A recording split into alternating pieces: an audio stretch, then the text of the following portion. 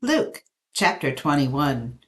And he looked up and saw the rich putting their gifts into the treasury. And he saw also a certain poor widow putting in 2 mites. So he said, Truly I say to you that this poor widow has put in more than all. For all these out of their abundance have put in offerings for God. But she, out of her poverty, put in all the livelihood that she had. Then, as some spoke of the temple, how it was adorned with beautiful stones and donations, he said, These things which you see, the days will come in which not one stone shall be left upon another that shall not be thrown down. So they asked him, saying, Teacher, but when will these things be? And what sign will there be when these things are about to take place? And he said, Take heed that you not be deceived. For many will come in my name, saying, I am he, and the time is drawn near. Therefore do not go after them. But when you hear of wars and commotions, do not be terrified, for these things must come to pass first, but the end will not come immediately. Then he said to them, Nation will rise up against nation, and kingdom against kingdom, and there will be great earthquakes in various places, and famines and pestilences, and there will be fearful sights and great signs from heaven. But before all these things, they will lay their hands on you and persecute you, delivering you up to the synagogues and prisons. You will be brought before kings and rulers for my name's sake. But it will turn out for you as an occasion for testimony. Therefore settle it in your hearts, not to meditate beforehand on what you will answer, for I will give you a mouth and wisdom, which all your adversaries will not be able to contradict or resist. You will be betrayed even by parents and brothers, relatives and friends, and they will put some of you to death. And you will be hated by all for my name's sake, but not a hair of your head shall be lost. By your patience possess your souls.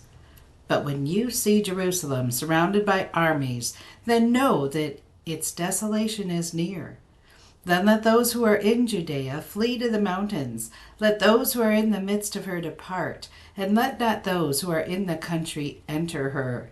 For these are the days of vengeance, that all things which are written may be fulfilled. But woe to those who are pregnant and to those who are nursing babies in those days, for there will be great distress in the land and wrath upon this people. And they will fall by the edge of the sword and be led away captive into all nations. And Jerusalem will be trampled by Gentiles until the times of the Gentiles are fulfilled. And there will be signs in the sun, in the moon, and in the stars, and on the earth distress of nations with perplexity, the sea and the waves roaring, men's hearts failing from fear and the expectation of those things which are coming on the earth, for the powers of the heavens will be shaken.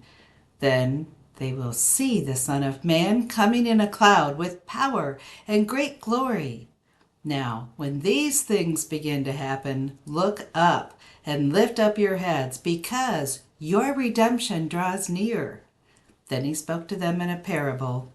Look at the fig tree and all the trees. When they are already budding, you see and know for yourselves that summer is now near. So you also, when you see these things happening, you know that the kingdom of God is near.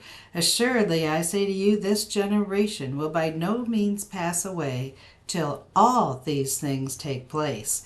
Heaven and earth will pass away, but my words will by no means pass away. But take heed to yourselves, lest your hearts be weighed down with carousing, drunkenness, and the cares of this life, and that day come upon you unexpectedly. For it will come as a snare on all those who dwell on the face of the earth. Watch therefore, and pray always that you may be counted worthy to escape all these things that will come to pass, and to stand before the Son of Man.